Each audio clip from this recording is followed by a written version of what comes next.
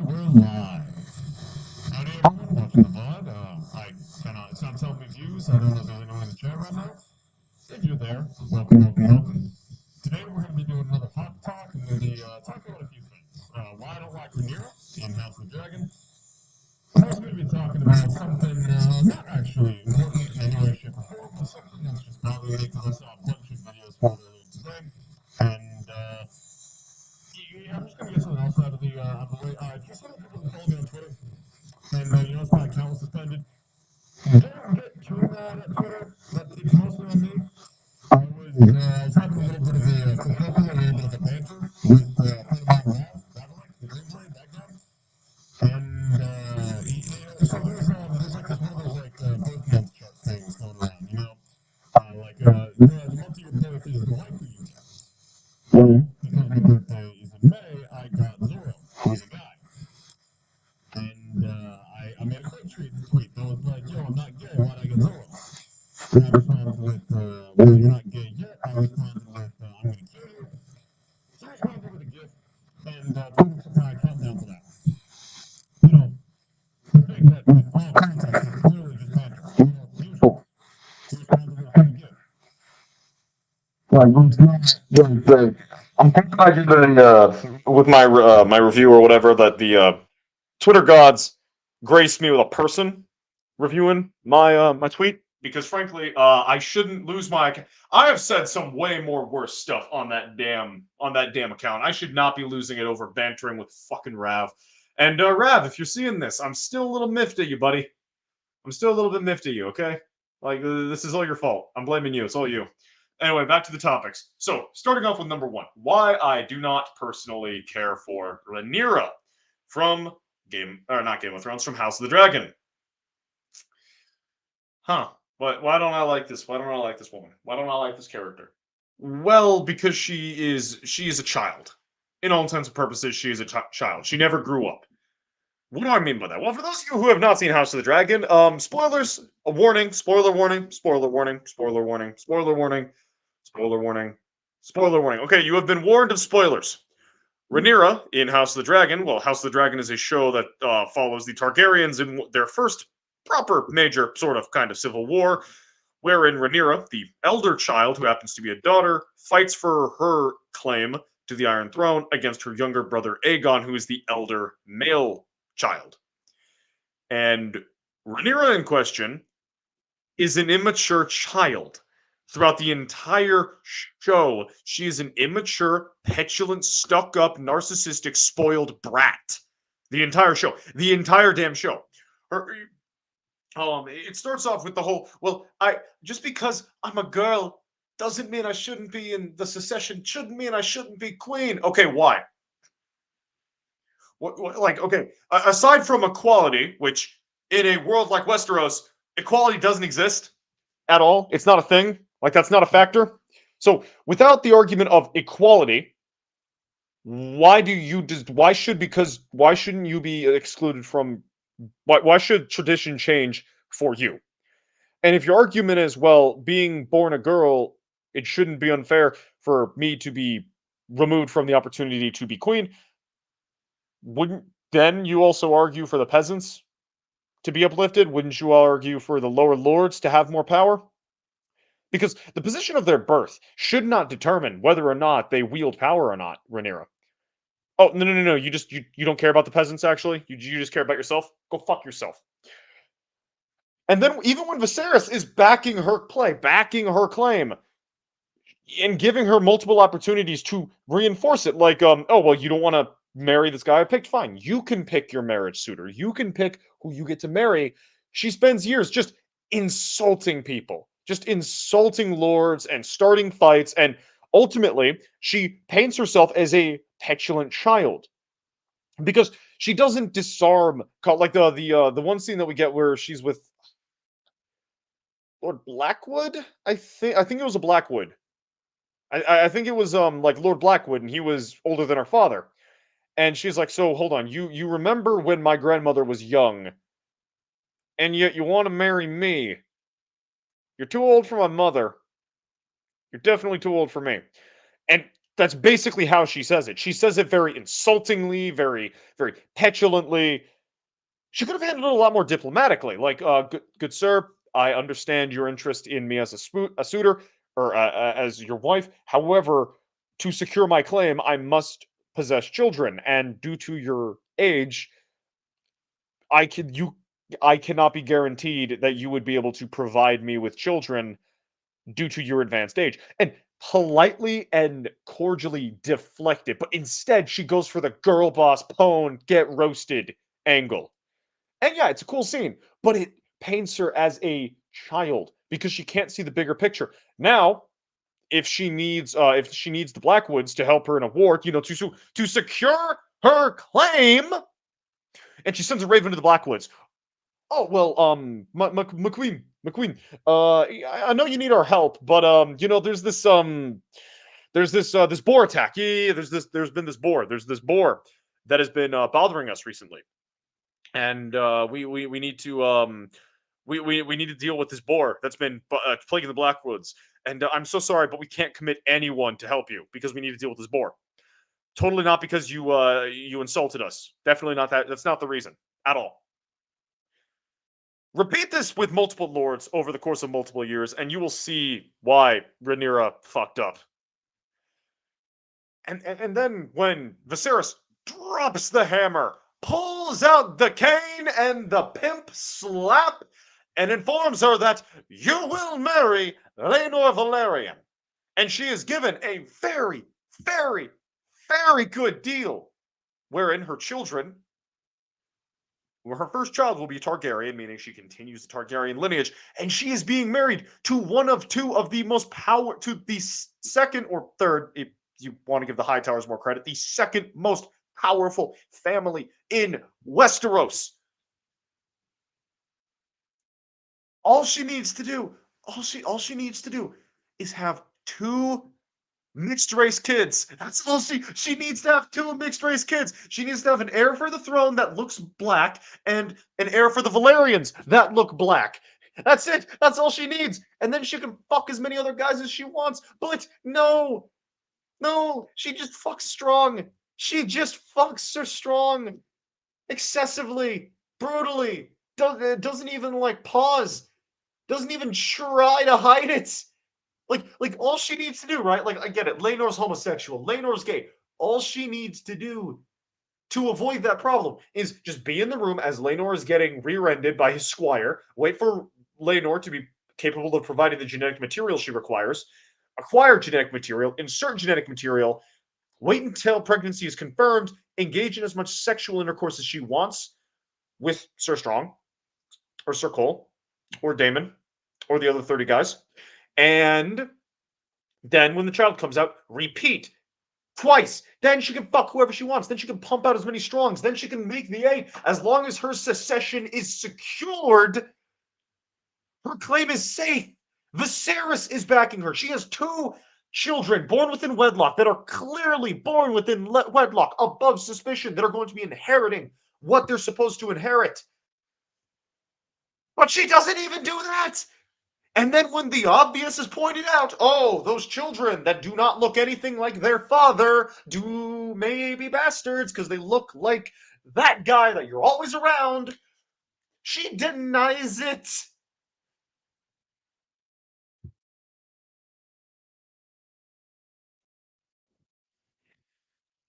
She is a child. She makes nothing but mistakes.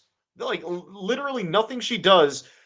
You cannot point out a single thing that she does good aside from be a decent mother. And you know what? That describes Cersei. That describes Cersei. Shitty politician, shitty ruler, shitty wife. She is a horrible person. Cersei is a horrible person. We all agree that Cersei is a horrible person. Rhaenyra is her, but empathetic. To a T. And look, this isn't okay. Look, Alicent, horrible human being, absolutely bad person. But she is not the person that I'm being bombarded for not liking. Pretty much every conversation that involves House of the Dragon, I get yelled at for not simping for Rhaenyra. Which, like, okay, cool, fuck you guys. I'm tired of hearing this. Allison she's painted in an empathetic light, a sympathetic light, but there is no club bashing against your skull about about how she must succeed. You don't have the fandom rallying to her cause. And also, funnily enough, Allison's suffering and Allison's evil comes from her being a more moral person. See, and we cannot apply modern morality to this setting. We cannot, because if we want to do that, then all of the characters are evil because they oppress their peasants. Within the context of the setting where your family is the most important thing, Alicent is one of the most moral people because she puts her own happiness and her own self and her own convictions to the side for her family. Okay, she seduces her friend's father, her friend's grieving father, for her father, so she can do what Lord Hightower says. Then she acts in favor of her children. She never, up until Rhaenyra starts acting like a child and actively, being a danger to the realm, Alicent doesn't really act against her, aside from trying to tell her, stop being a little child. But no. Alicent is evil because she wants what's best for her children and thinks Rhaenyra is a child. And yeah, no, sorry, I'm just taking a sec to chill, to calm down, to breathe, because clearly I'm getting heated. So okay, that's why I don't like Rhaenyra, because all of the bad things that happened to her and all of like the entire conflict could have been avoided if she didn't act like a petulant little child. Anyway, feel free to hate me down in the comment section down below for that take. Let's move on to the next one. Orcs are gray within the context of D&D.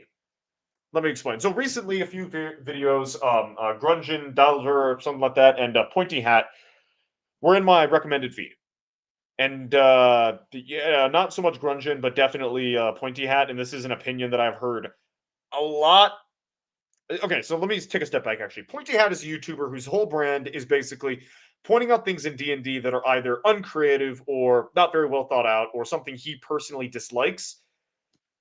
Oh, hey, howdy, Paul. How you doing? You missed me being very loud and angry about House of the Dragon. Really random question, by the way, that doesn't involve the previous 10 minutes. House Black or Team Black or Team Green within the House of the Dragon? Anyway, so Pointing Hat is a YouTube channel that makes a lot of really good D&D content. And objectively, it's very, very good quality. I do not like a lot of his takes, but he does good work. And so his whole brand is going, D&D is very uncreative, and it doesn't really do a lot of stuff very well, and it doesn't really do interesting concepts, and then he attempts to make things better. Recently, he made a video where he was trying to quote-unquote fix the orcs in D&D, which I think was a monumental failure because he basically cried about every single thing that makes orcs orcs, such as them being marauding warriors, such as them being... Okay, good, so you don't hate me for the fact that I don't like Rhaenyra. Good, Paul. That's very good, Paul. Thank you, Paul. You probably have no fucking clue what I'm talking about. I'm sorry, man. I'm really sorry. But yeah, so he made this video where he's basically crying about how orcs are really, really bad and all the bad things about orcs. Oh, but by the way, I like orcs. They're really cool. I like orcs, except everything that makes them orcs. I don't like that they're genocidal raiders. I don't like that they're big and stupid. I don't like that they're predisposed to melee. I don't like that their origins are evil. And I don't like that they're gray. They should be green. That's how his video came off to me. And then you had a very similar video come out from a guy named Grungeon Delver or something like that. And I didn't get as far into that one because the moment he was like, well, I personally don't. I think that it's kind of stupid that D&D orcs are not green because everything else has green orcs. I checked out because you have these people in the D&D community who that's hyperbolic. I apologize. Who express the opinion, and sometimes they're right, that D&D is very uncreative or very bland in a lot of its execution, and so they try to spice it up. This is one of the few instances where D&D has done something drastically different from the rest of fiction by making their orcs gray and making them distinct by making them gray, and you're complaining about it.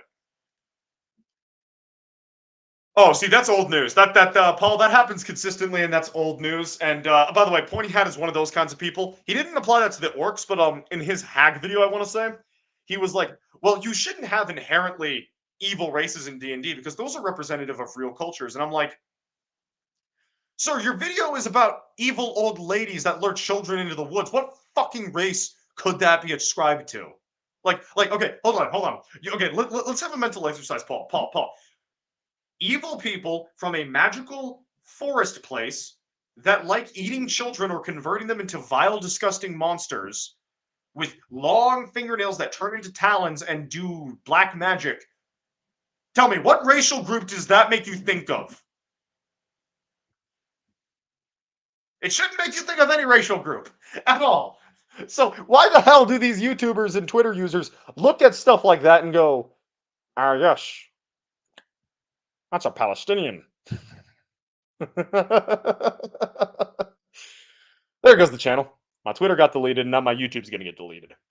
Woo! Yay! Woohoo! Hmm. So, back to the whole orcs are gray thing. Orcs being gray is something unique to them. Just like the orcs themselves in D&D are incredibly unique. Why do I say that? Well, because if you compare the orcs in D&D to Tolkienian orcs have a very specific purpose. They do a very specific thing, and that is fight the wars of Sauron or previously Morgoth. If you look at Warhammer, you have those orcs are more similar to D&D orcs, but again, still very different in the fact that those orcs typically just kind of exist within places and get enslaved by various groups, and then occasionally get led by like a Wa into the human territories. And while yeah, it's very similar to the D&D orcs, there's a lot more to the D&D orcs than Warhammer orcs have. For one, the D&D orcs have multiple deities that all actively engage with the orcs. You have from like just the game NPCs alone, you have Eyes of Gramush, which are chosen of the god of Gramush. You have Blades of Iluvatar, Luvatar or Lumeter, one of those two. I don't remember which one's like the. Sorry, my roommate just like sneezed or screamed or something, and I don't know, ADHD something. Just like snapped to like a dog looking at a squirrel. Anyway, so yeah, so then like the Illuminator or whatever, no, that deity, it grants like tactical aptitude and intellectual abilities to his followers. You have the Claws of Luthic, which are all women, by the by, all women. There's your female representation. Luthic being the wife of Gramush, the deity, the primary deity of the orcs. The Claws of Luthic serve as the nursery guards. They are the ones who help serve as midwives whilst female orcs or their captives are giving birth, and then they raise the children. And then you have like the Blades of Death, their version of Death, who serve as assassins, and like the final rights givers. You have like these priests that will find like wounded or dying orcs or sick orcs, and then give them just enough vitality to basically suicide bomb with diseased pustules. Compare that to Warhammer orcs, which are just, they serve Gork or Mork, and they just kill stuff. Either with a big choppa, a big sticka, or a bunch of smaller orcs armed with basic choppas and basic stickas.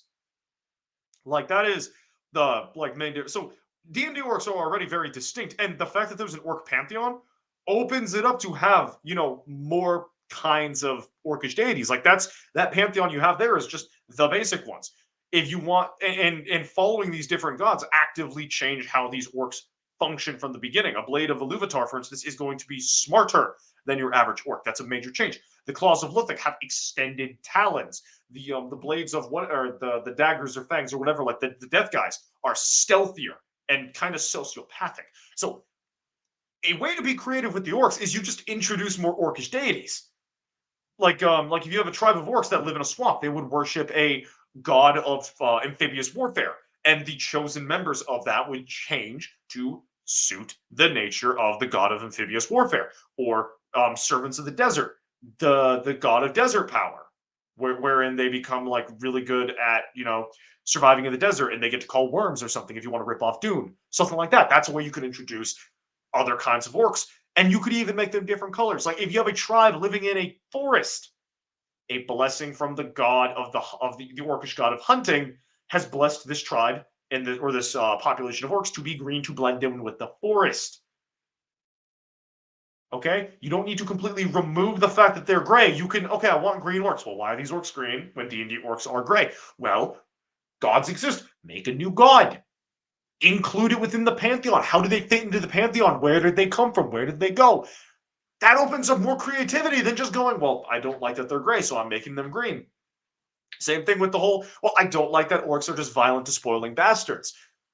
Okay, what are you going to do? How do you explain orcs not being violent, despoiling bastards? Are you going to articulate that this group of orcs within this part of your campaign setting um, predominantly worship Illumitar, and they have realized that if they align with X group and work alongside X group, that'll allow them to acquire better equipment so that they may go attack Y group more effectively, or that um, maybe this group of orcs are more in tuned with Luthic and they would rather defend their territory rather than just go out and burn stuff. And they serve as like protectors of the local population because they channel more of Luthic's more caring and nurturing foreign orcs nature. We're just gonna change them and completely remove like the fact that they're hyper evolved predators, and we're just gonna completely change them. And we're not gonna consider their existing lore because I'm creative. Go fuck yourself. Like that's my response to that. Like go fuck yourself. Huh. Well, I got through those topics kind of fast. Hmm. Hmm. I got through those kind of fast. What are some other topics? I would say I'd go check Twitter. Hold on. Literally just said that on stream.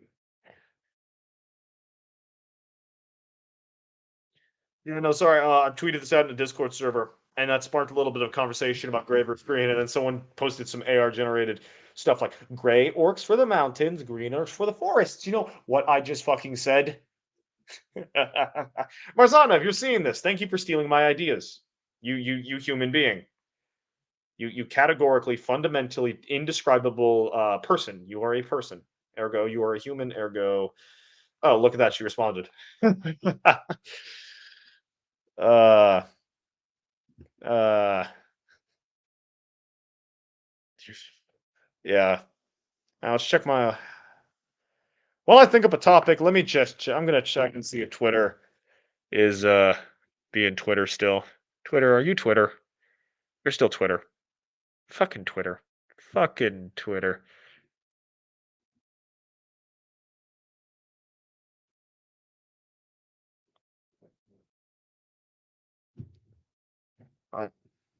Uh, topics. What are some good topics? What are some vile, despicable, comprehensible? What are some topics we can talk about? What's fun? What is a good topic? What is a topic? Hmm.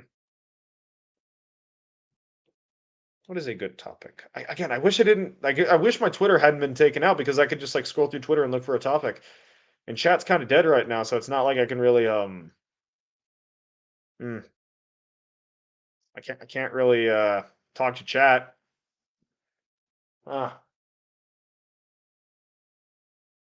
damn. There's I mean, I don't want to turn this into a Helldiver stream because that'll just be me screaming irately, angrily, uncategorically, posthumously. Hmm. I'm just scrolling through various news articles looking for something to talk about right now.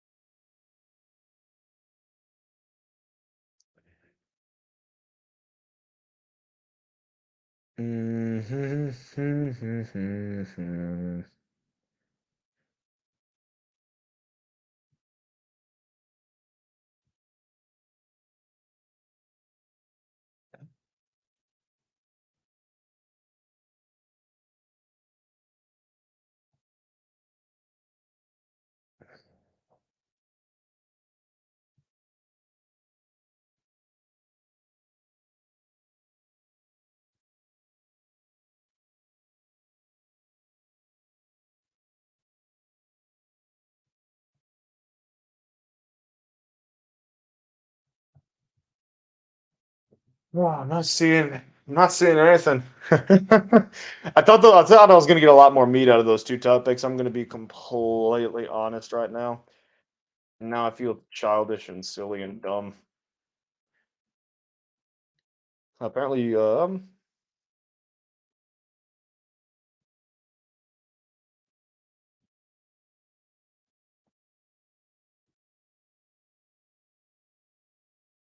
I'm just claiming. You know what? Let's do something fun, okay? You know what? I just claimed a free adventure for D&D.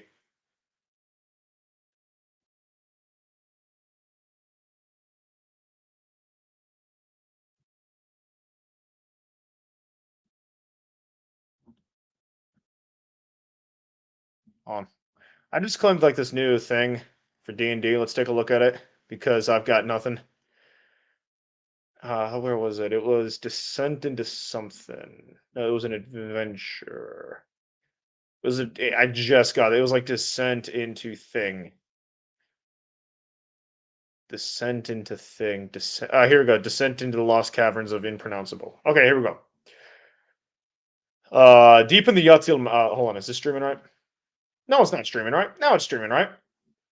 Deep in the Yatzil Mountains lie the lost caverns of Toscanth, formerly occupied by the legendary archmage Igwilv, the Witch Queen. Though Igwilv is long gone, her lair is anything but empty. Demons, giants, and other formidable creatures haunt the perilous caverns, and the archmage's magical defenses remain intact. The rewards for braving these threats defy imagination. Igwilv is rumored to have amassed a magical hoard of unsurpassed value, a trove of such fame that scores of adventurers have perished in search of. The supplement is part of a year-long celebration of Dungeons and Dragons and its 50th anniversary. The adventure presented herein is an abridged, quick-play version of the adventure, which appears in Quests of the Infinite Staircase. See that book for the full adventure. Presents a small trove of magic items for all who brave it. At the DM's discretion, they may earn one or more for completing the adventure. Contains a creature called Peck, a score sheet using competitive play, provides 6 pre-made characters. Ooh, magic. Hold on, what do we get? We get Demon Skin. It's in armor, any heavy armor. The magic armor appears as a pot of bubbling black ichor. When you attune to it, the ichor adheres to and contours to your skin and the pot disappears. The armor can be worn under normal clothes and it doesn't impede bodily functions. Once you put it on, it cannot be removed unless you choose to do so or you die, at which point the pot reappears and the ichor floors back into it. While wearing the armor, you have resistance to poison damage, and okay, that's cool. It's like Venom. It's like Venom, yo! The Horn.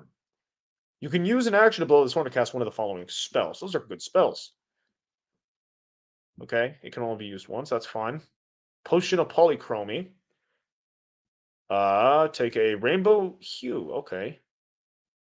A- a- You just get like a walking boat. That's cool. And then little pecks. Oh, look at these little fuckers.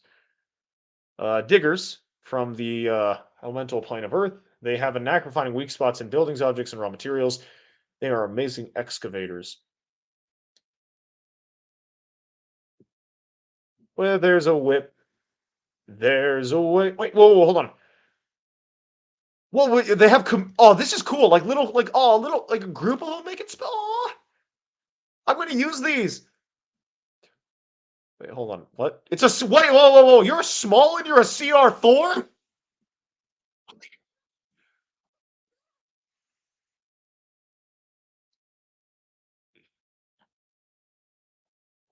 Holy crap! These little guys are strong AF. What the hell?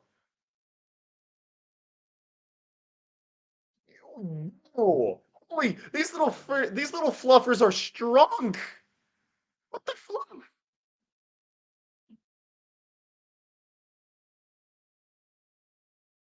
And then oh, this is like for tournament play, and then some pre-made characters. Right here, this person right here. This is the most based out of all of them. This is the based one because it's a human fighter. Human fighter is the best. Hold on, what Westlock? Hmm. Hmm. Ah, Bardic. Yep. No. The best ones are this Ethelred guy and Westlock for Well, because one is hold on.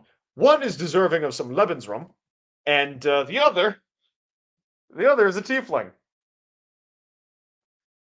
Fuck. Okay, the shit I'll fucking say on this damn app. The stuff I say. This channel should not exist anymore. I find it funny that my Twitter got deleted but my freaking YouTube is still up, and I say way worse shit on this than I ever do on Twitter. Oh, man. Oh, fucking A, mate. Fucking A, mate. What are we gonna do? What am I doing now? What am I doing now? What's I don't have a topic. Like I'm not, I don't have like pop culture to reference or anything. I don't really do pop culture. In politics, well, I mean, I could get into politics, but there's a lot of stuff that would actually get me taken off YouTube. Hmm.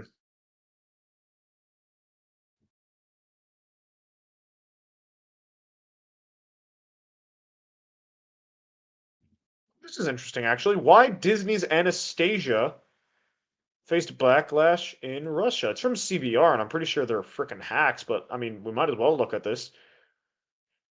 Um, Hold on. Let me just do that. Disney's Anastasia faced backlash in Russia.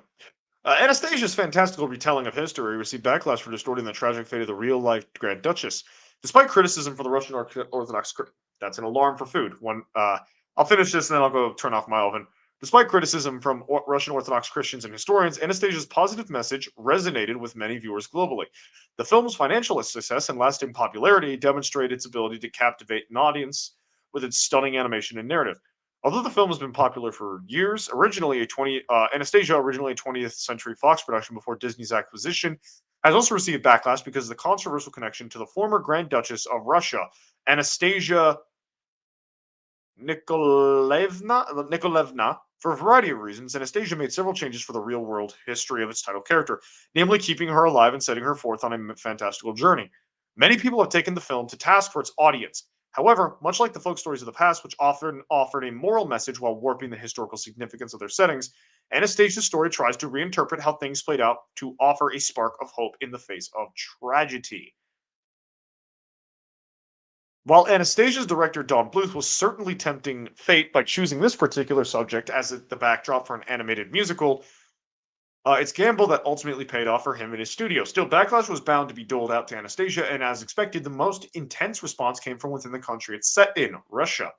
There are several reasons the film was met with apprehension in the country, ranging from a myriad of historical inaccuracies to perceived religious wrongdoings. The film undoubtedly made a positive impact on its creator and moviegoers following its release in 1997, but it's safe to say the reception wasn't all positive, and many of the issues people had with the film are more than understandable.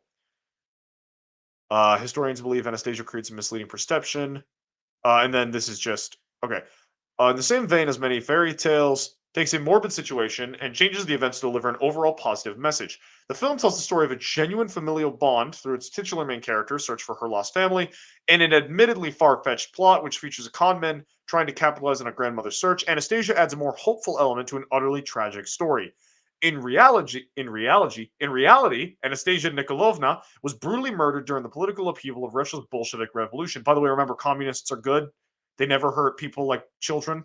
A far cry from her fate in Bluth's beloved animated movie. While it may offer little in the way of justice, the film at least offers an escape from the reality that the princess and her family had to experience before their untimely deaths. And then, okay. Yeah, no, I remember this movie. This was a fun movie. I liked that movie. It was a solid movie. I'd see it again. I'll probably see it again. I'll probably watch it tonight. One sec. For the vlog watchers, you're probably going to be hearing me be quiet for a bit. I'm going to go check on my oven.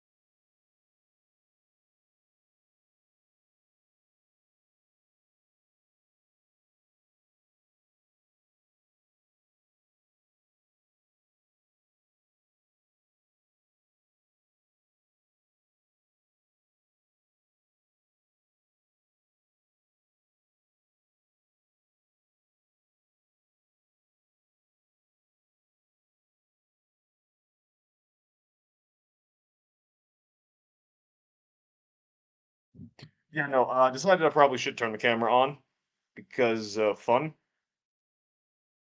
I'm sorry, I've got a protein shake right here because I like protein and sweet things.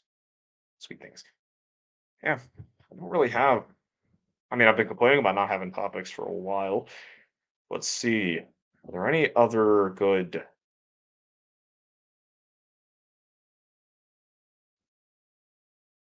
news articles? Do.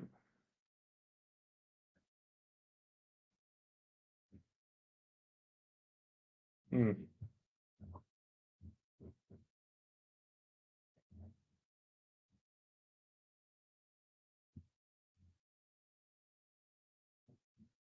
Oh, this is interesting. An article titled "China Too Late China Waking Up to Threat from Within." Huh. So I don't know anything about the Telegraph, and I don't know anything about Jeremy Warner. So please take all of this with a grain of salt. China, China, China. That's my best Trump impression. Scarcely a day passes without some new scare story about China. The Middle Kingdom was struggling with its image overseas long before COVID, but the pandemic cemented attitudes in the West. Ever since, and with plenty of justification, its every move has been regarded with growing reds under the bed paranoia. The feeling is mutual. I'm going to call bull. I'm going to call bull. I'm going to call an excessive amount of bull. Would you like to know why I'm calling bull? Would you kindly wish to know why I'm calling bull? Because when the Chinese dispatched a diplomat to go have a little chat with some Americans in San Francisco, Gavin Newsom, I don't know why I said Patrick Bateman, Gavin Newsom cleaned up the damn city. The same city that Americans are having to walk through and struggle through and deal with homeless people and shit on the roads, he cleaned up in a day for the Chinese. No, that's not how you treat adversaries. How you treat adversaries is not providing an exit ramp for the president of the United States when they come to your country for a peace deal. Not a peace deal, some kind of deal. I don't remember the specific one, but President Obama, as much as you like the guy, as much as you hate the guy, he was a consul of Rome, he was a president of America, was forced to exit through a separate entrance, not the main door of the airplane, but he had to go through the cargo hold and walk out the bottom because the Chinese refused to provide a ramp for him. Back in, I think it was 2014, something like that. I don't remember the specific date, but no. So no, that is not how that is how you treat your adversary. The rest of the world fucking gets on their knees, unzips China's zipper, and is amazed by how fucking micro dicked they are. And then they continue to do their work because they want that Chinese dawa dawa. The mood has darkened further in the past week. British democracy is under threat from Chinese cyber attacks. I don't know how accurate that is. The Deputy Prime Minister, Oliver Dowden, told MPs this week in imposing sanctions on a number of Chinese officials. If that's what standing up to China means these days, then the Central Committee doesn't have a lot to worry about. Yeah, no, like sanctions do fuck all, especially if you don't enforce them. Like Germany at the beginning of the war against Russia. Oh, I didn't do this. Yeah. Germany at the beginning of the war with Russia. We cannot abide. I don't know why I'm doing French, but I'm going to run with it. We cannot abide by Russia's aggression in Ukraine. We will continue to buy Russian oil. That was supposed to be German, but it came out French for some reason. I don't know. I don't respect Europeans very much anymore. I love their history. I don't like them. What? Are you trying to get the channel taken down at this point? Anyway, uh, rather more seriously, the US and Japan, meanwhile, have been planning the biggest upgrade to their security alliance since the Mutual Defense Treaty of 1960. Not to be outdone by the US ban on exports of high tech chips to China, Beijing responded this week by saying it will be phasing out all of the low tech variety on all government computers and servers, replacing foreign chips with its own homegrown ones. And then, of course, there's China's de facto alliance with Vladimir Putin. Wait for Zenny to appear. Russia, forming a new axis of authoritarian powers with an overtly anti Western agenda. The rupture within the West seems virtually complete with the West. No, no, because Russia is a pathetic ally. Like, frankly, okay, if it wasn't for the nuclear weapons they have, China would be better off taking Turkestan, or no, sorry, taking Kazakhstan and taking Eastern Siberia for like the chunk that's good farmland. That would be the better move for China to do than have to put up with Russia's bullshit in failing to invade a third world country like Ukraine. Like they are not a good ally. A better ally for China is Brazil because Brazil provides a lot of cheap resources, has infiltrated America through a lot of airplane shipping and stuff like that, and is got kind of sort of not really socialist leanings, but kind of sort of socialist leanings. Like it would be is a significantly better ally, especially since they're on the same continent as America. Yeah, you need to get through that little thin peninsula, but they own the Panama Canal already. So it's like working with Brazil significantly more useful than Russia. So that this article's wrong there. This article's wrong there. Russia is a paper, it can't fight its way out of a paper bag. Also, Axis, Axis, if I remember correctly, just means like the center. The Axis in World War II or World War One, excuse me, were the guys in the middle, or was it World War II? The Axis because it was like Germany and like Austria and like Italy, like that. Those countries are in the middle of like everyone else that was fighting them. That's why they were called the Axis. Years of integration into the global economy in the hope that it might make China more like us have backfired and now are going powerfully into reverse. No fucking shit, mate. What do you think is going to happen when you send all your manufacturing overseas to communist China? But does the nature of the threat fully justify all the noise which is being made about it? In military terms, possibly, even if China plainly poses no direct threat to Europe and, unlike Putin, has no plans to lay claim to any. Wait, what? No. Okay, so as a military threat, I am not scared of China. I am not personally of China. I am not scared of them. They're untested. Their military is untested in a proper convention in a proper war. Now, granted, the U.S. has not had a proper war in decades, but we at least deploy troops. We at least have an understanding of warfare. We have a history of military doctrine. We know how to do warfare. China doesn't. Modern China doesn't really have a history. They know how to do guerrilla campaigns. They know how to resist a government. They don't really know how to fight a war, though. Not very well. So, China, very bad example. Very bad. So, China, not bad example. China, not able to fight a war. Furthermore, they can't really deploy for a war. Not very well. They could try to invade Vietnam. That would not go well for them. They could try to spread their supply lines and go through Shanjing. Shanjing. That's you'd think I would remember this. Uyghurs.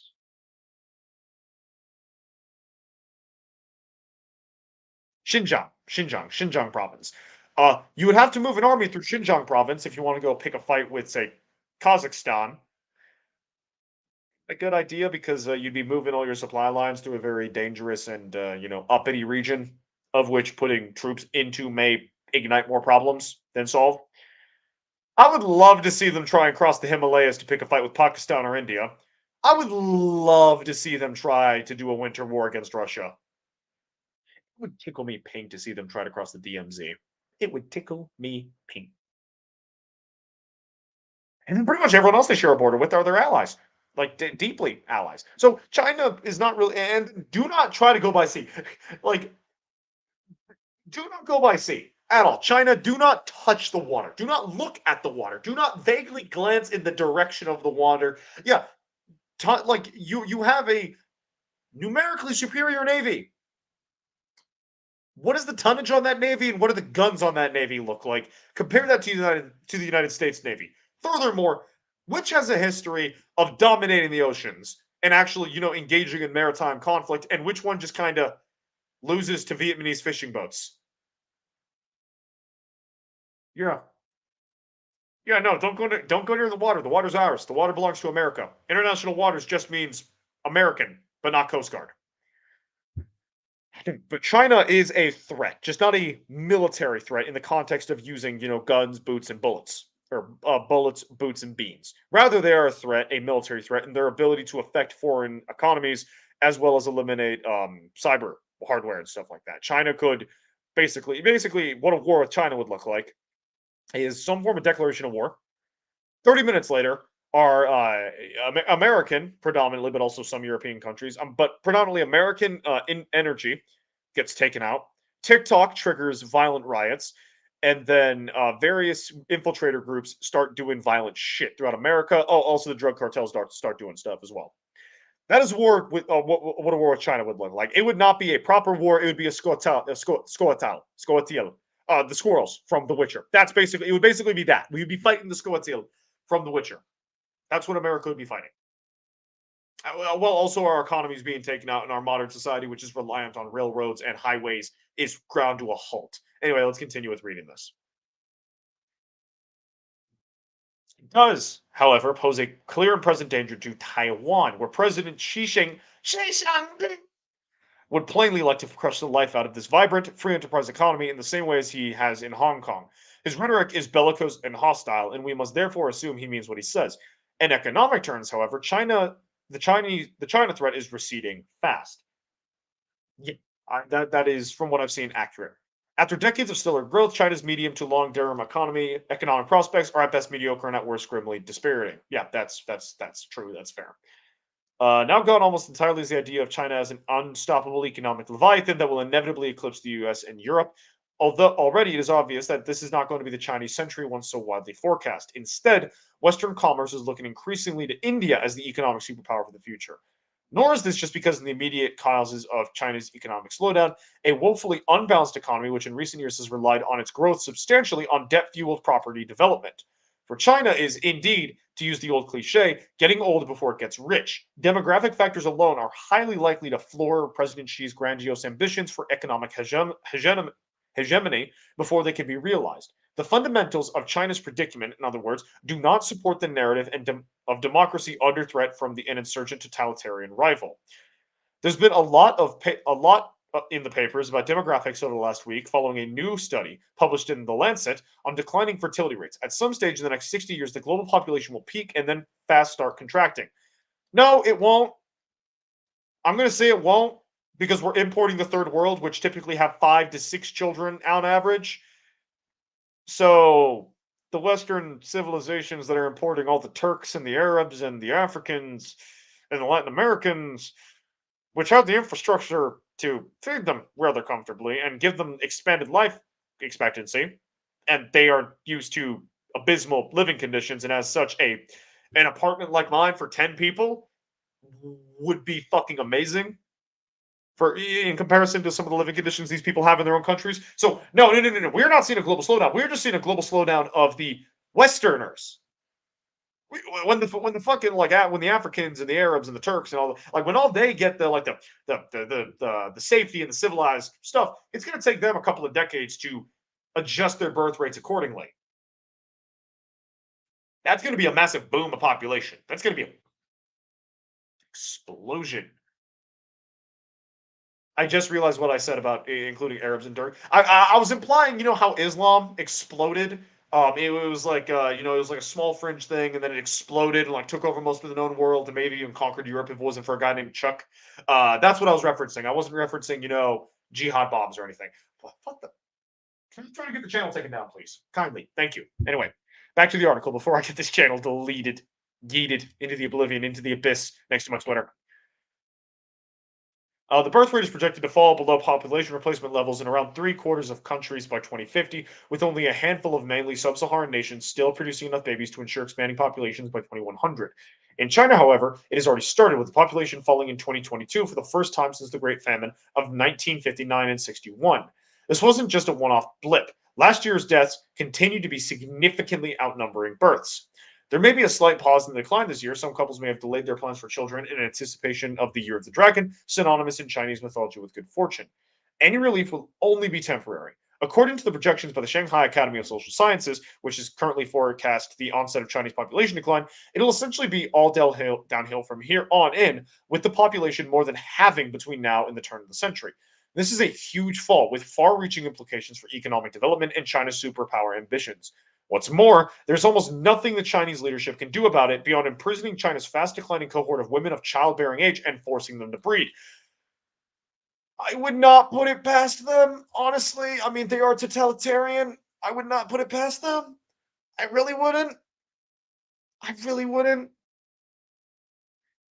Across much of the developed world and beyond, the birth rate has long since declined below the 2.1 offspring per woman, generally thought to be the level required to maintain the population. But thanks to its dictatorial one-child policy introduced in 1980 to curb China's then almost ruinous birth rate, China has particularly acute version of it. China abandoned the one-child policy, limiting urban dwellers to one child per family and most rural inhabitants to two in favor of a three-child policy in 2016, but too late. Even if women of childbearing age could be persuaded to have more babies, there are simply not enough of them any longer to even maintain today's population, let alone increase it. So I'm going to actually break down the reason why that happened. So there were a few are a few factors as to why there are. First of all, no one really wanting kids, and second of all, women just not enough women. So in China, it was for most of history, it was believed that the son would be the one taking care of their parents as they grow elderly. So when the one child policy was enacted, also it's like it's the continuation of your genetic lineage, it's your family name being passed on, etc. The majority of families wanted a son over a daughter because all a daughter really was in most of these culture in most Chinese villages was a way to get paid effectively. You would raise a daughter until she was old enough for marriage, and then you would trade her in exchange for a dowry, a bride's price. Sometimes it was currency, sometimes it was a service, sometimes it was a good, whatever. There'd be an exchange of a commodity or currency in exchange for the daughter. Because like you're raising her to give to basically the general idea was you have it the son of the other family is being given a daughter so that he may continue his family or a wife, excuse me, to continue his family lineage. You are providing a commodity, you are providing a service, and as such you will be compensated for it. That was the underlying mindset behind let's abort our daughters. Also, in a lot of instances, after your first child was born, the Communist Party would forcibly sterilize you. So it wasn't oh, well, can I try again for a son after the daughter was born? It would be, oh, what a beautiful baby girl. We're gonna sterilize you. We're gonna rip out your ovaries. And yeah, the woman would be forcibly sterilized. So they wanted to make sure that it was a boy. And thanks to ultrasounds, they could kind of tell it was a boy or a girl. So yeah, a lot of aborted young girls, or they would run away, give birth, and then if it's a daughter, they would abandon the child. No, no, miscarriage. Hey, oh no, no baby, miscarriage. Couldn't even tell if it was boy or girl. It miscarriage. Yes, miscarriage. And then, oh, too bad. We need to try again. We need to roll lottery again. Yeah, new child, new child. Hopefully, son this time. Don't want to abort another. I mean, have another miscarriage. And then, that you got to the point where you had significantly more sons than daughters. So, 1 man and 10 women can make 10 babies. 1 woman and 10 men can only make 1 baby and 9 corpses. Are you seeing the problem here? So you are through a heavy emphasis of the whip, of the lash, you are forcing women into only having one child, and due to the cultural expectations of the time, that one child was going to be a son. So now you get to the point where there's a massive gender imbalance. So we allow multiple children. We allow 3 children now. You can have 3 children if you want. What do you mean there's only 1 girl for every 4 boy? What the fuck? So, and to compound that problem, you can't really afford to have more than to even have 1 child now because the Communist Party broke up the family units into many, many pieces. What does that do? Why does that matter? Why does okay? If you scatter the families to the winds and then you force these families to only have 1 child, right? You force these families to only have 1 child. And then there's only the 1 child. Okay, you have like the one you have 1 child, okay? So then the grandparents, the original parents, get too old to work, get too old to take care of themselves. Historically, the eldest son would just kind of like take over and like he would like rally his brothers and stuff to help take care of the parents. But now, not only do you not have multiple children, but you only have 1 child, and he is expected to take care of his parents. But he also needs to consider his Wife. The wife wouldn't, it also has parents. Also has parents. So you're faced with a very difficult choice. Your parents or the parents of the woman who can divorce you and find another guy. Yeah. Sure knows there's not many women. You kind of need to do what she says in that regard. And even it, like, and by the way, there's not a case of oh, care for both. Financially speaking, most couples in China struggle to even care for one set of parents, let alone both. And that's even before you toss in a child. So for many couples in China, the question is, are they like, do they take care of one set of parents, both set of parents, and a child, or do there are too many economic factors. Further, there are too many people competing for a specific set of jobs that like the Chinese companies and stuff are able to charge whatever they want. If and that's assuming you're not in an industry where the Chinese Communist Party can just set the price whatever they want. Like, let's say you're a farmer, right? You are forced to sell your product at a specific amount. Let's say you would need $8 for whatever reason. You would need $8 per bushel of grain to make a profit, or per bushel of rice. That's absolutely not a fair comparison. For the sake of argument, you need $8 to sell a bushel of rice, and that is how you make even. That is how you break even, not make a profit. Break even on the production of your rice, right? The Chinese Communist Party demands that you sell it at $5 so that they can keep food prices artificially low. Well, so you're operating at a $3 loss. But wait, there's more. Then the Chinese Communist Party increases the price of supplies, the price of seeds, even maybe the price of labor to let's say, so now you need $12 in order to actually break even because they're charging you more for the next go around. So actually what you're seeing is you're seeing a $7 loss per bushel if you're talking about some industries. So the economy in China is not very good for the lower class. It's designed to support the rising ranks of the actual Communist Party, not so much help the citizens. I mean, that motherfucker gives shit to Tolkien for not having a tax policy, yet doesn't even know how much a gold dragon is. How you doing, Anderson? Yeah, no, I was beginning of the stream. I was talking about Rhaenyra. Now I'm talking about China because of an article I'm reading, and I'm just breaking down some important stuff about China. So to summarize what I just said, basically, China is a country that, through brutal authoritarian measures, shifted the culture into a specific way where you have one child having to provide, or you have a single couple as opposed to three or four couples having to provide for a pair of parents on top of with a significantly higher standard of living and competing with a massive population of people within a small area for the jobs to afford that standard of living. You created this system where you're just not incentivized to have children because you cannot economically afford it. So that's another factor as to why the Chinese aren't really having children. Anyway, back to the article. Where was I?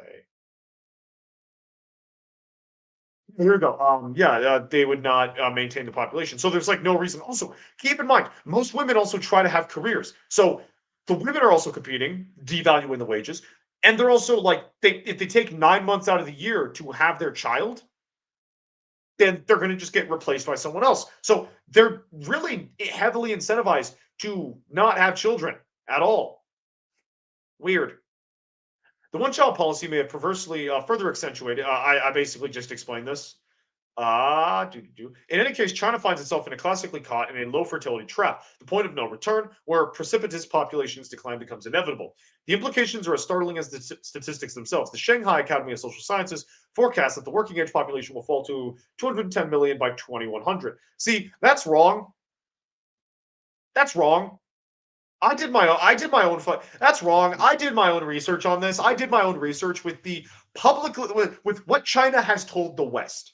So for a paper that I wrote, which I'm not going to share because it is horribly written, the grammar's bad. I might revise it. But for a paper I wrote for college, I looked into a bunch of different sources on Chinese fertility rates and stuff like that. And what I came to was that China's population. Oh wait, hold on. Let me reread that actually. Wait, did I misread that? Hold on. Okay, 210 million. Okay, no, never mind. That's never mind. I misread that. That's on me. That's on me, guys. I misread it. I apologize. I'll take a shot. I'll take a shot of my protein shake.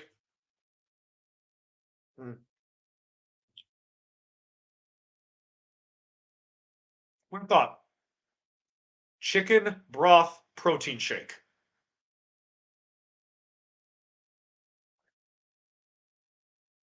The thing House of the Dragon has showed me was double standing.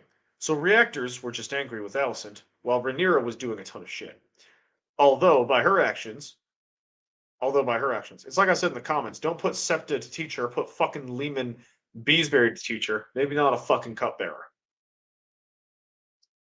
Yeah, no, absolutely. Like Rhaenyra does. Like Rhaenyra is a petulant child who never grew up at all. Like that is who she is.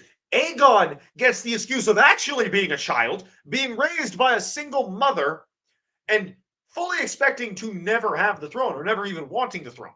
Rhaenyra was like, I mean, she got to a fair age before her mother was gone, and even so, she had a fair age. Her father still kind of paid attention to her to an extent, um, and she knew that she was going to get the throne. She was told repeatedly, "You will get the throne," and yet she actively acts against it. It's like asking for trouble. One specifically, the fact that she committed adultery without having any, black babies, when her husband is black. The fact that she intentionally, when she was given the opportunity to pick her husband, by the by, she pissed that opportunity away to win girl boss points with the IRL audience. Yeah, yeah, no, she pissed off her vassals.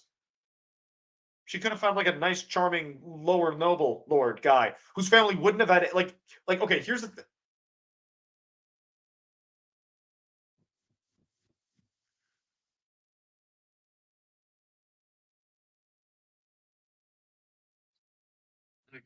I'm fucking okay. Okay, here. By the way, here's another thing. Here's another thing. By the way, hold on. No, no. She is not mature. She is never mature at all in the entire. No, there is not a single moment in the entire show where she is mature at all. At all. She seduces Christian Cole, and when he's like, "Oh, hey, I guess you really love me because you made me, break the oath that I made, the one that I'm going to get killed over." Oh, what? Yeah, you literally did. You would not let me leave. You lured me into your room. You were smiling creepy at me. I tried to leave. You would not let me leave. You undressed me. We made love. And then I tell you I love you and I would like to run away so I don't get fucking killed for this. And you go, oh, yeah, no, it was just a nightcap. It was just a little bit of fun. Like that. There's that. And then later, the whole freaking Lenor Valerian thing where all she needs to do is just sit there and wait for him to get railed by his squire, acquire genetic material after he suffers serotonin overload, wait a few months, pop out first child, repeat, pop out second child. If they're both boys, great, you can fuck whoever you want. You could make the 8 publicly in a town square. Your claim is secure. That's all she needed to do. Now, one thing I like about most fanfics is they created the most ease method. Just have Harwin fuck Lenor from behind and make. Yes, exactly. Exactly. Just too little, too late. No, like, but here, no. Here's the thing. Here's the thing. Like you can't. She burned those bridges. She destroyed the foundation. You can't. You can't insult people for years. You can't weaken your claim to the point where it's a piece of paper next to a fireplace. And then when you're starting to suffer actual pushback and realizing that you fucked up, go, oh guys, I'm sorry. I'm very sorry. Could I just get my thing? Could I just get thing? Could you just give me thing for free, please? Please. I beg you. Just show me mercy. Show me mercy, please. Please, pretty please. Please. Show me mercy. Give me mercy, please. Please. No, she doesn't. Like, you can't just do that.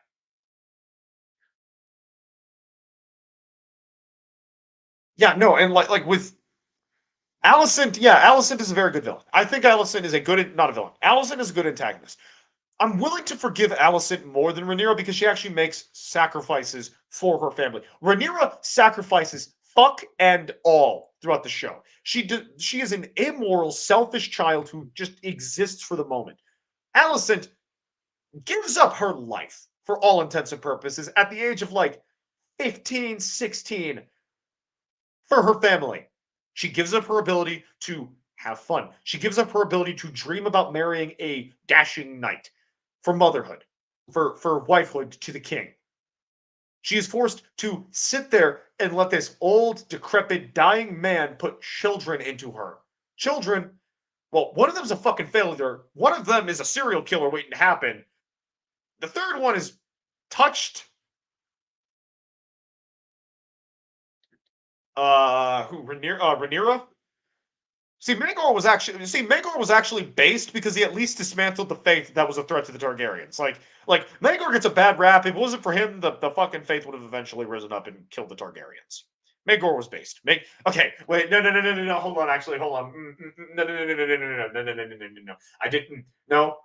Okay, Maegor did one good thing for the Targaryens by eliminating the martial arm of the faith because they would have been a problem later on. That was based. That was a good move. Everything else Maegor did was bad. I forgot I was talking about Maegor for a second and some of the stuff he did. Okay.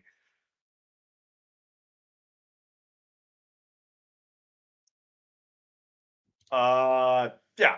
Well, no, the whole thing honestly is on Viserys. Absolutely. Just emotion based. I mean, until we get like a POV, until we get like Maegor as a character, like we can actually see him or we get a book where we're in his head, I'm not going to agree to the emotion based thing. Because remember these are history books. They are painting a narrative that suits things. Maegor is Maegor the Cruel because you have a Jaharis the Conciliator is a hero that rises up after he's defeated. So Maegor could very well have logically gone through every step he did with lethal, like with I understood every single thing I did, and like he had a logical reason for doing it rather than emotions. Um, Absolutely on Viserys. Viserys is like people talk about how good Viserys is a very passionate, very moral individual. He's a weak man. He is a very weak man. It wasn't until later in life when he got his like really, really strong thing. Again, this is a history book. This is a history book. This isn't Lord of the Rings. This isn't Lord of the Rings or Dune, where you're in the characters' heads. This is not. This is not again like Prince Mesa or the Court of the Blind King, where you follow the characters as a fly on the wall. This is the Viking Wars. It is a inaccurate portrayal of the time. Yeah, but no. If Viserys had been a little bit stronger, I think it would have been fine. But again, he wasn't like that's another thing. The reason why the Dance of the Dragons even began with is because it was something in Balon. I think. Hold on, it was something in Balon. Uh,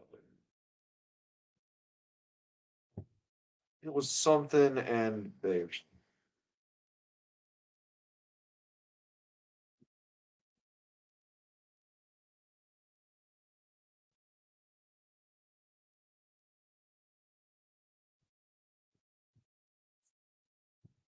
was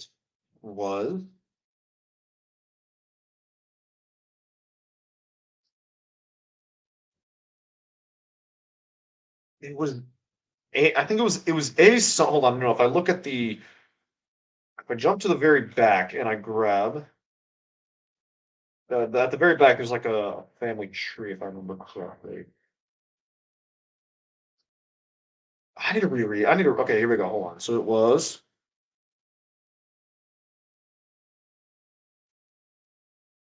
Jahar. It was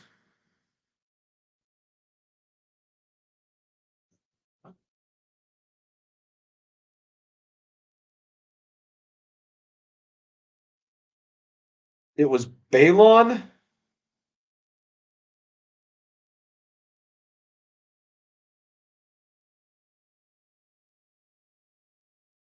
Balon and Aegon, I think.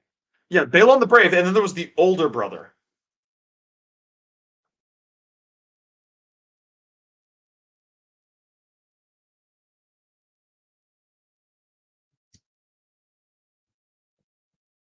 That's not it. Valerion.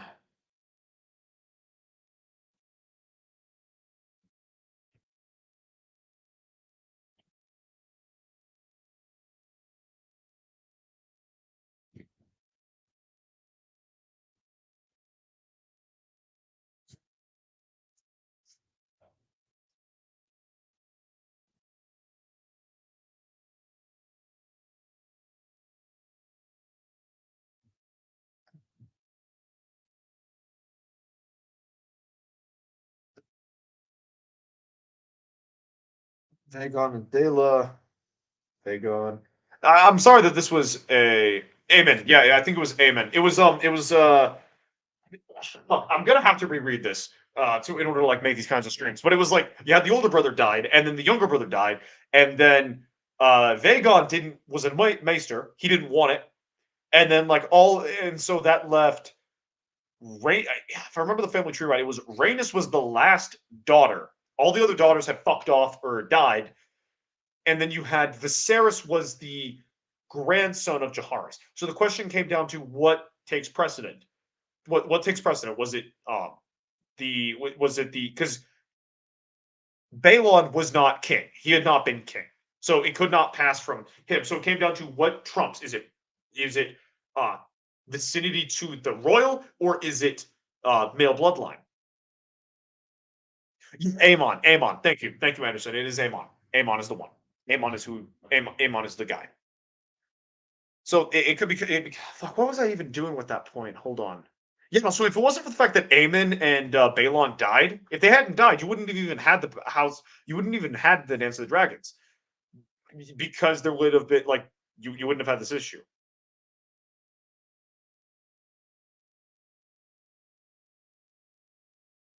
Exactly. Yeah. Yeah. Exactly. He did a lot of not based things. He did an acceptable thing though, in the form of getting rid of the Holy Orders because they would have been a martial threat later on for the Targaryen dynasty, and that getting rid of those is good. Um, but yeah, so Viserys was never meant to be king. He was not even like close to be. He wasn't even supposed to be close to being king.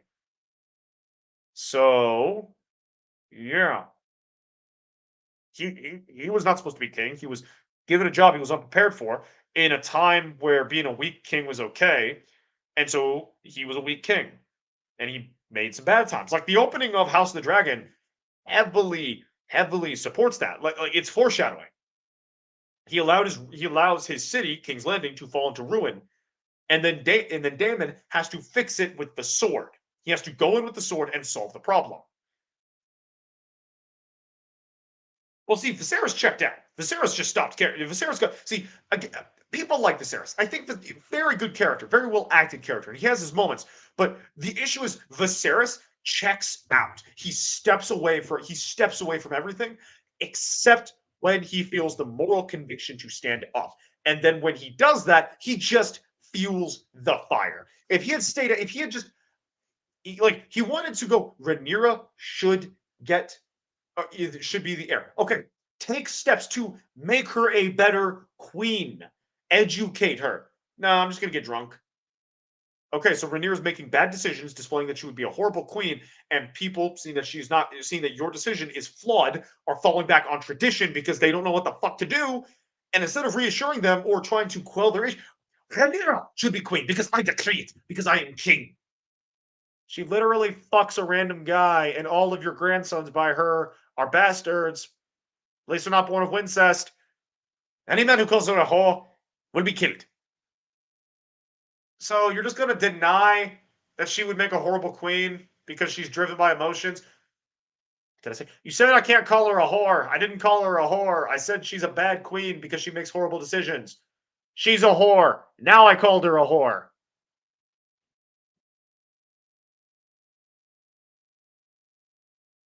I just dislike Varys bashing because he feels like Rhaenyra is like his brother, who's always saying he's weak and Daemon strong. Damon has his own issues. Damon has a list of it. Damon is a sociopath who wants to kill and hurt people because it makes him feel good.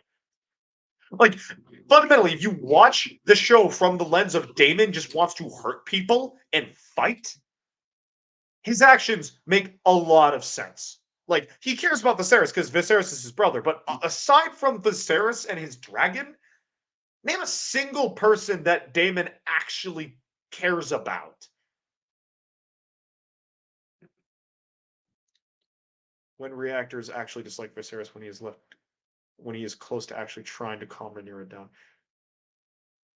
Well, no, because all these people are like, see, okay, so imagine Rhaenyra is standing here, okay? Rhaenyra is this strong, independent woman who is challenging the existing system of governance and is powerful, and she's exalting Daenerys. She is the dragon. She is trying to take what is hers.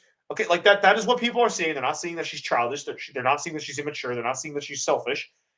This is what reactors do.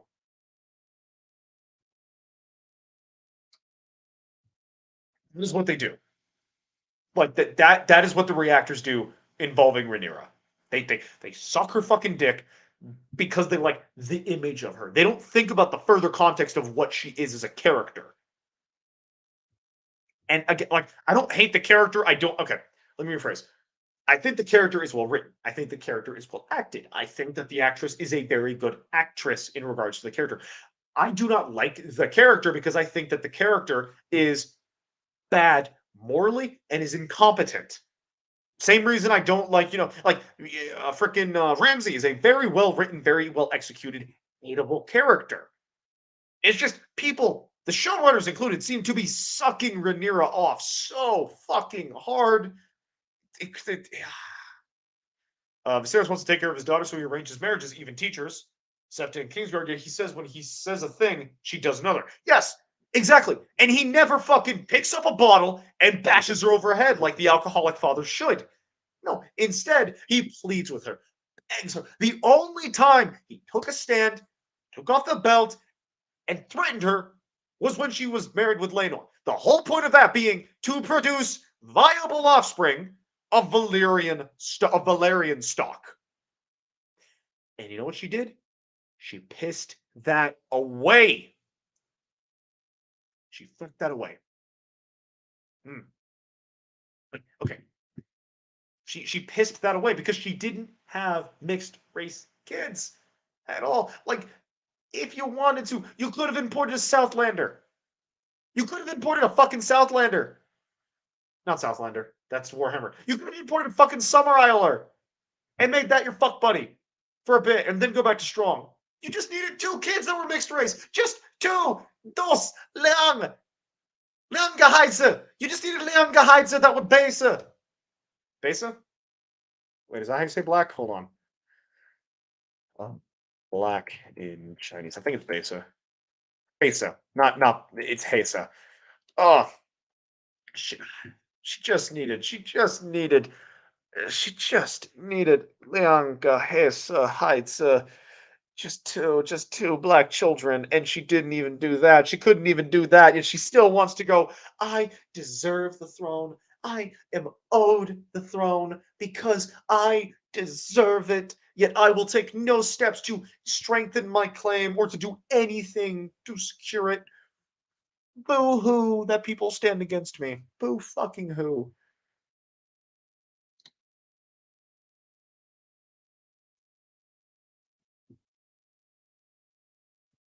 Well, see, I'm at this point. I'm Team Shepherd. Just burn it all down.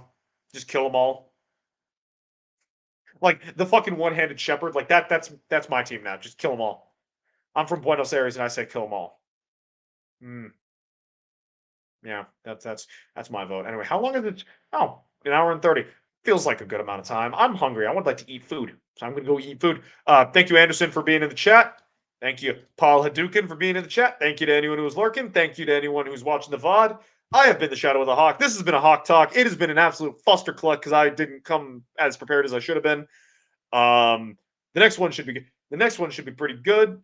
And yeah, thank you all so much for watching. Have a good time. See you for the next one. Later.